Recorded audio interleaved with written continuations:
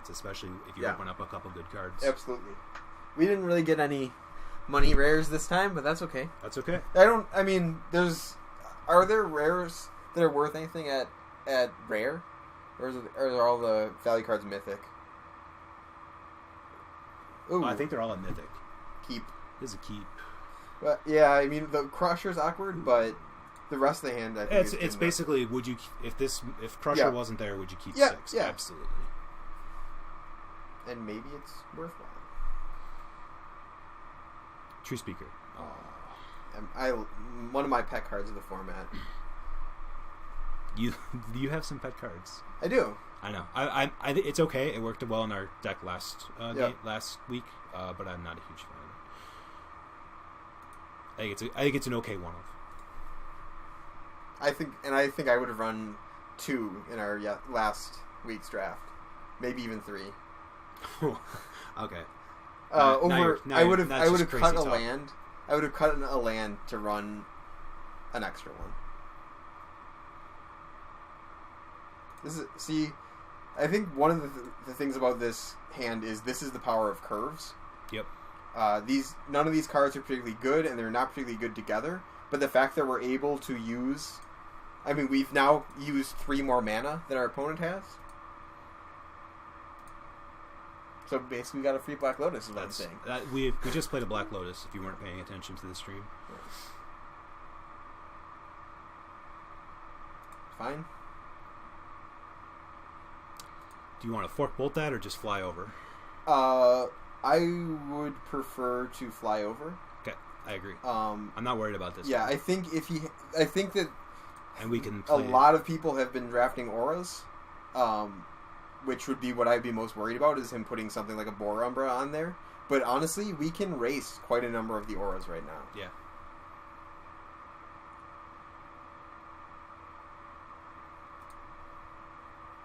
Does make our Crusher worse, but I don't really think that the Crusher is.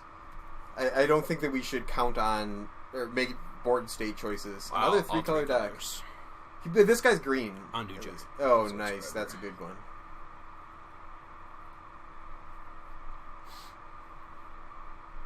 This is one of the. This kind of deck is one of the reasons why I like Air so much. That's pretty good. Yeah. Alright, so should we go Fork Bolt here, guard Gomazoa, fly for 2, and then maybe next turn go for the equip? That would be my vote. So we can attack first. Well, he's tapped out. The other option would be if we're scared of Eldrazi. He's at 6. He would be another one to get. He would be 2 mana away from an Ulamog's Crusher. We could Fork Bolt 1-2 here. He would need an Eldrazi here in his top 3 plus 2 more mana. I think it's... Yeah. And we might be able to just race it anyways. The Annihilate's would get us, but... Well, but here's the thing. If we equip this guy up and give him flying and guard Gomazoa, we could just start throwing Let's 2 here. Yep. Guard Gomazoa, attack for 2. Okay. Yep. Do this. We can also, if we go to a racing mode, we can also put the Warmonger's Chariot on the Guard Gomazoa and get an extra 3 per turn. That's right. Guard Gomazoa. 3.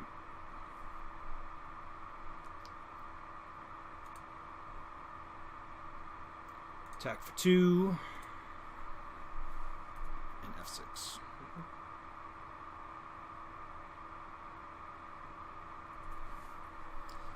Alright.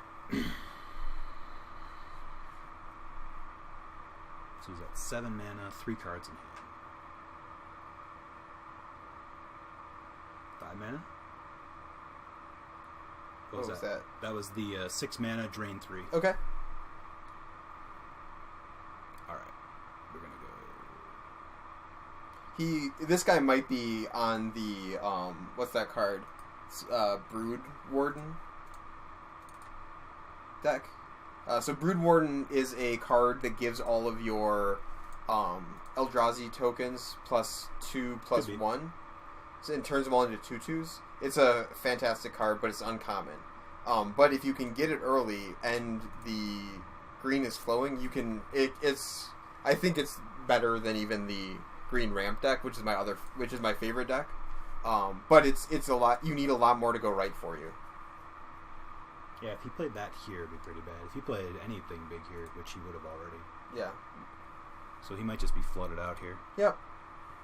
That's a good draw. That's a great card for us. All right, so let's do. Sort of. I mean, he can chump block it for days, but.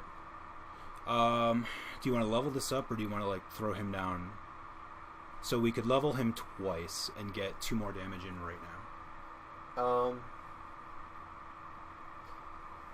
I think if he could have killed it, he would have when we were tapped out. Yeah. And, we're actually looking towards the Crusher, so if we draw removal out of his hand, it's not the end of the world. Right, I mean, we're 1 mana away. Yeah.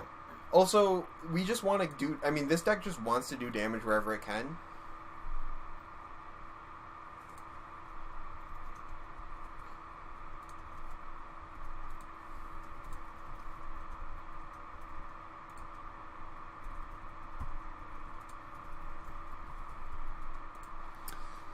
Alright, so he didn't play anything in response to it, so it means he has no removal in hand that can deal with this. So he's got to draw into something. That's a good draw. That's a good draw. But the Wave Watch is going to be good against that, because it's going to give us some big toughness. Well, but he can choose... It does, but yeah. I don't think it's going to be enough. I think he's going to be 1 turn short, or maybe 2. Yeah, he could still have... How good is that? Forked Bolt is fantastic. It is, you're right. So let's attack. We kill him with Forked Bolt. 2 damage. Yep. Assuming this gets through. Yeah, well, we also could have killed him by... Wait. Never mind. Oh, you it wouldn't have killed him. I was thinking the Guard Gomazo puts him to... yeah, that would put him to 1.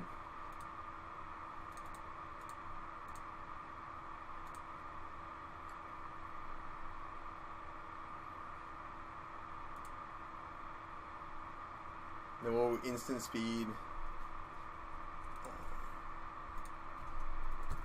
No instant speed life gain? No, not that I'm aware of.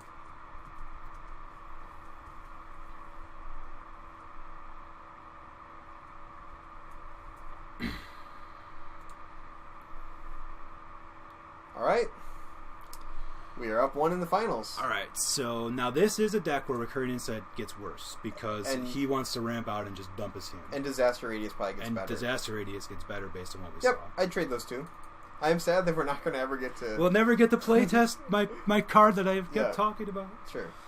So I actually think that is the right play there. Yep. Because if we get this on 7 with like a mnemonic wall in hand, that would have been his whole board both for the whole game. So. Well, yeah, or we don't even need, like, the Guard Gomazoa, it would have also been his board.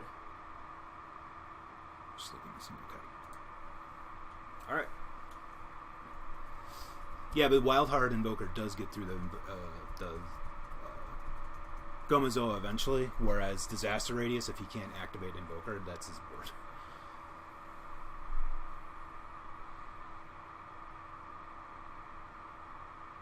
We've got blue 2, we got Rage Nimbus, Event Sentinel, and a Mnemonic Wall.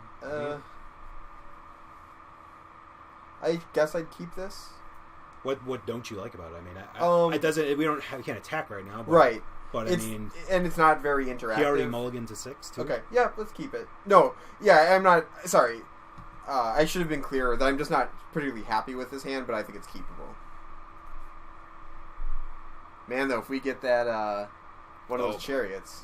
Yeah, chariot would be great here.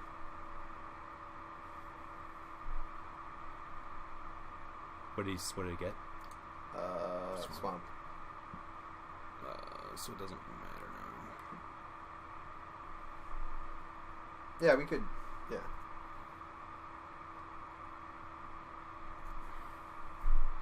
So we're gonna try to go 3, 4.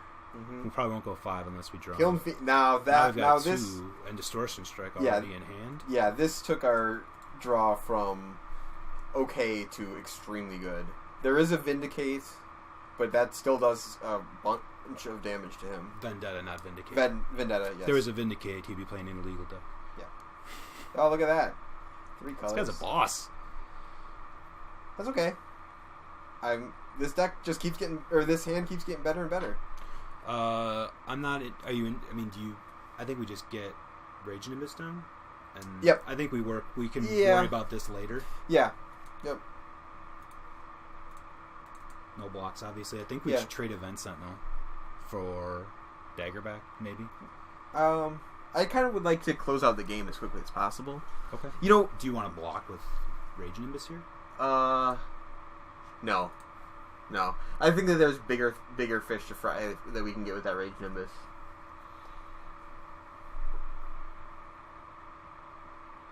Like that guy. You can just make him block or make him attack. Yeah.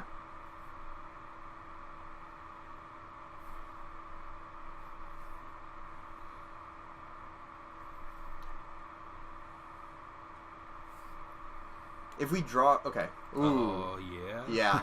I like that. Well, that's Lust for War and Distortion Strike. Yeah, that's what I'm saying. Yeah. Yes.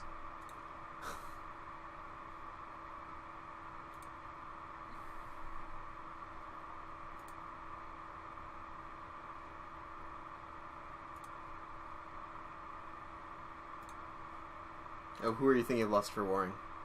Ondu Giant. I'm thinking... No, Basilisk. Okay, good. Basilisk. Sorry. Yeah, that was that's wrong.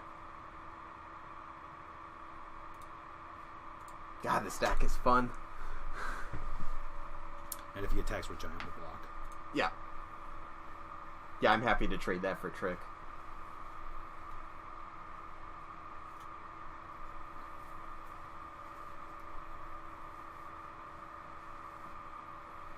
If he can't deal with Kiln Fiend, I think he's dead.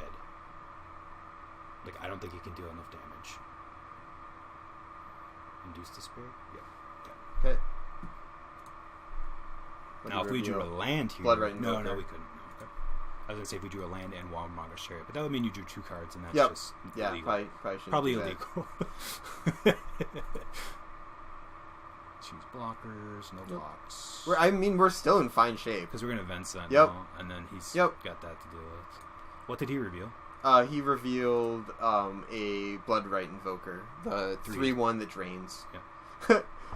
Well, that's not an ideal card, but honestly, but I mean, we did a fair amount of damage and made him use. That's right. A good card, so that did its job. And he's stuck on 5, which means if he does have Eldrazi or anything big, he's a couple turns away from casting it, and he's dead in 4 turns. Faster, really, with the Event Sentinels. Naturalizes in the format, but we didn't show see he's exactly. On so he had no reason to board it in. Yep. That does drain at 8. At 8, so, and we can force him to attack if we have the extra mana. Yep. Excuse me. Sorry about that.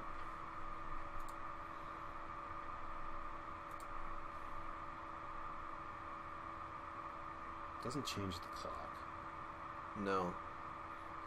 Alright, so our options here are play Event Sentinel and pass, or we could force an attack and Event Sentinel for 2, and then Fork Bolt does change the clock. I would prefer the force to attack plan, just agree. because if he gets some sort of ramp and can get to that 8, that's like when you have the game. Bad, okay. When you're head on board, you want to play towards what you can lose to, and that guy is currently the only card that's really causing us trouble, or could potentially cause us trouble.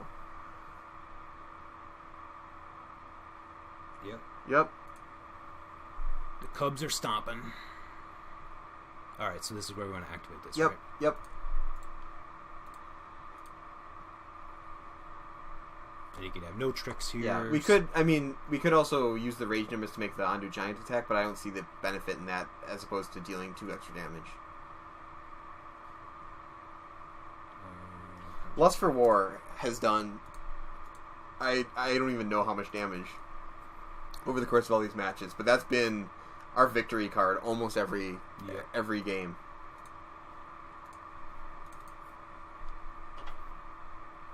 And then we're going to Fork Bolt for 1, and he's dead on the Lust for War. Or Stagger Shock. He's just dead. Do that, yep.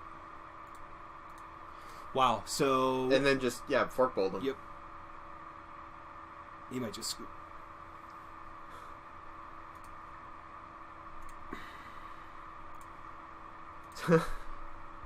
Wow, that was weird. In many ways, this deck was far more fun than last week's deck. Oh, yeah. But also 3-0. Oh, yeah. This deck was amazing to play and had so many different angles to go for and game plans. Yeah. Well, it didn't have as many plans as last. Not as many total cumulative plans. Yeah. So, okay, so hold on. So, all right, so for YouTubers, that's the end of the video. I hope you enjoyed it. We had a lot of fun. I think it was a very cool deck. You got to see a lot of different interactions with Distortion Strikes and Warmonger's Chariots and Ven Sentinels and Burn. It was a lot of fun, so thank you for watching. We'll be back. We're actually going to be back this Friday, April 3rd. We are going to be doing Dragons of Tarkir release day. I guess their pre-release is online. Sealed deck. Starting around noon Central Time. That's when it goes live. It'll either be sealed deck or draft. Well, Brian and I will talk about it. Yeah. We'll figure it out. Maybe a mix of both. Okay. So please join us this Friday starting at noon. We'll be streaming live, and we'll see you then. And if you want to continue the discussion, we're going to be streaming. For anybody on Twitch, we're going to be talking a little bit about the draft here, how things went, and we can some upload other stuff. the discussion to And we can YouTube as upload well. the discussion, too, if you guys want to hear it. It'll be a bonus episode after the match. All right. Thank you. Bye. Bye.